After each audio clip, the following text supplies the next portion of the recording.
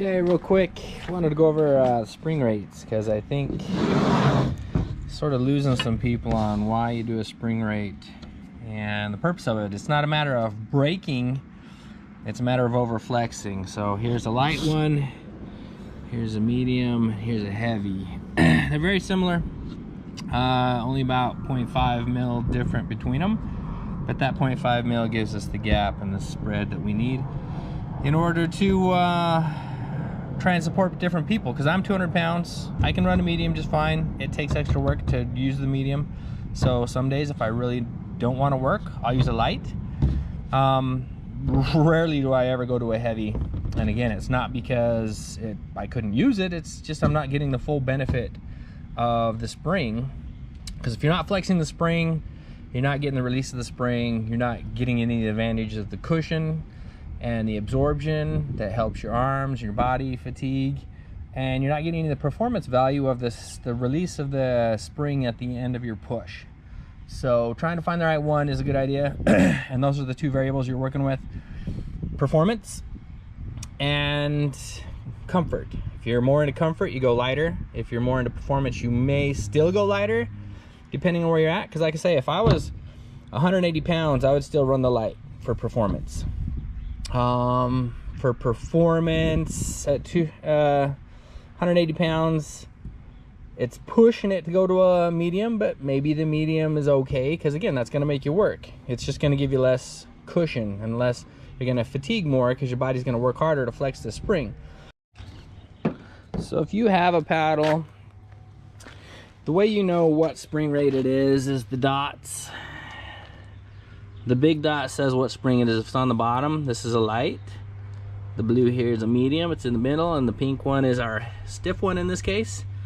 So what I'm going to do is show you some of the flex and how the medium, I can get it flexed pretty well. I can really overflex the orange, but that's okay. I can change my stroke to not overflex it and still get the performance, or at least the added benefit of the comfort. But this one makes me work, but I get good performance out of it. So let's kind of show you what I'm talking about. Let me show you some of this flex. So this is a light. Remember, I'm 200 pounds. See how I can really flex that guy? That would be considered an overflex, more than you would want for performance, but super comfortable. I can go around the neighborhood, just paddle. I don't feel that contact. Get some kick out of it and just, you know, go paddle and enjoy myself.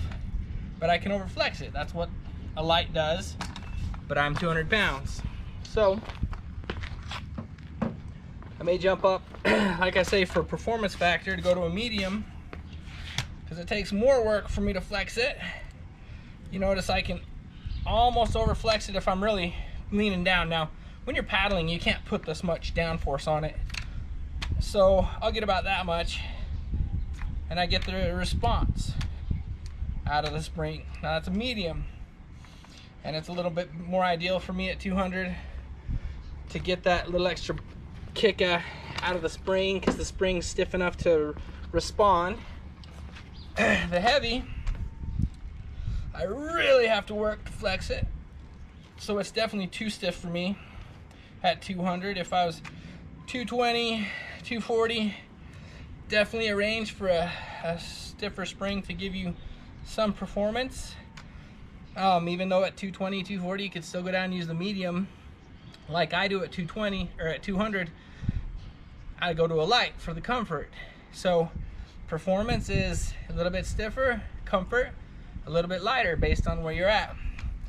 So again, the size of the spring isn't about breakage, it's about overflexing. So make sure you're choosing the right flex for the type of riding you plan on doing. Originally we were thinking we could make the spring interchangeable, so you could switch out based on the type of day that you wanted out of the day. If you want to go work harder, use the medium in my case. If I wanted to just go out, maybe go further, a little more relaxed, I do a light.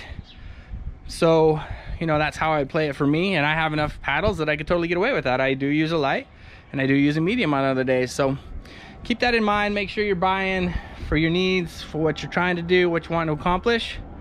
and I'll try and help you with the spring setup as much as possible. Reach out and we'll get you set up.